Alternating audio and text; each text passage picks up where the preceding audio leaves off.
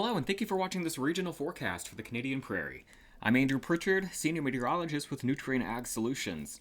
Well, temperatures are cool across the prairie right now. A trough of low pressure making its way across the region, but ridging will be building in, so temperatures will be on a warming trend as we head deeper into the week. Beautiful weather across the prairie. I'm going to pause this at the end of this loop because you get a great shot with the satellite imagery here of the Canadian Prairie here. You see the lighter shaded area, that is our ag belt here in the prairie. Won't forget the Grand Prairie and Peace River and Edmonton areas up there, but with high pressure moving in on the backside, here goes our storm system off to the east. High pressure moving in, just a cloud-free start to the day. And so it would make sense, that if we'll flip it over and see a rain-free radar, but just to make sure that I'm not pulling a fast one over on you, I will show you here that we do have a quiet radar picture. Some ground clutter being picked up over here as you head back toward the north and the west. We're going to continue with quiet weather as we head into the week. We've got a little disturbance that'll be making its way through here early in the period that could bring maybe a light shower or a sprinkle to maybe parts of the southern border here between Alberta and Saskatchewan as we get through Tuesday night into early Wednesday morning. Maybe a light shower possible Thursday afternoon as you get over towards the high plains here. But otherwise, we're really looking at a really quiet week. High pressure moving in, warming temperatures, really not talking about anything in the way of organized precipitation. Total precipitation from the high-resolution NAM model now through Thursday afternoon. Again, here's just some little, speckled light shower activity possible here Tuesday night into Wednesday morning. Not likely, though. And you have to head north of Highway 16 to pick up any kind of corridor of real measurable precipitation.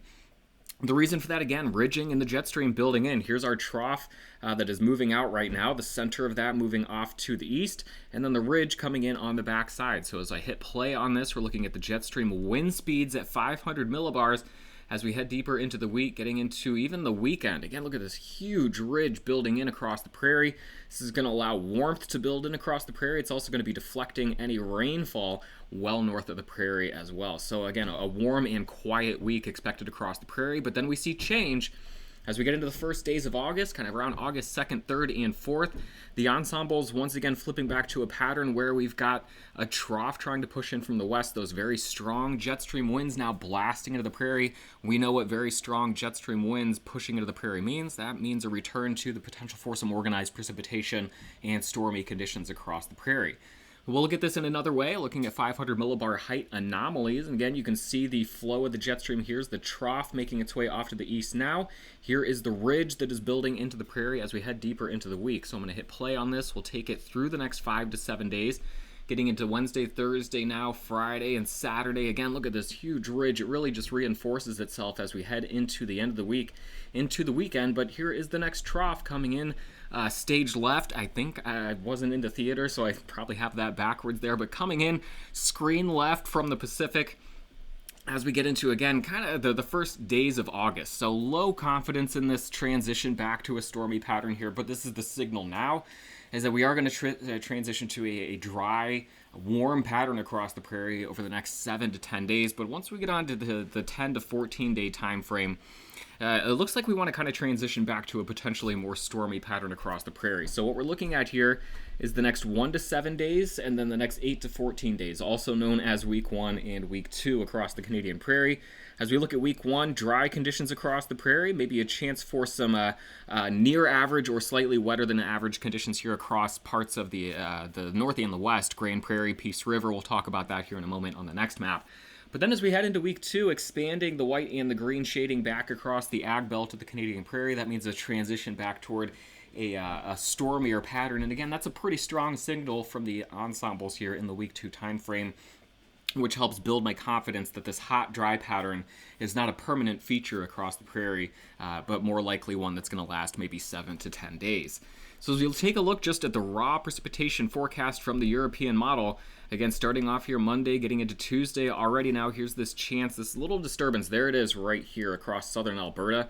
This is the one that could trip a few very light showers or light sprinkles across the southern border of about Alberta and Saskatchewan here in the Tuesday night into Wednesday time frame. Very low confidence on that. Don't expect to get a big drink out of it. Then we head deeper into the week, maybe looking at the chance for, again, some rain across the north and the west. Grand Prairie, Peace River, maybe getting some showers as we get into Wednesday night into Thursday. Maybe continuing to see some shower activity even into the day on Friday. Friday and Saturday, that's when maybe, again, we start to see some very light shower activity across southern Alberta and southern Saskatchewan. We can readdress that on Wednesday, but we're talking again about very light precipitation associated with the front making its way through. Otherwise, high pressure continues into the weekend. It's as the area of high pressure begins to move off to the east, deeper in the weekend into early next week.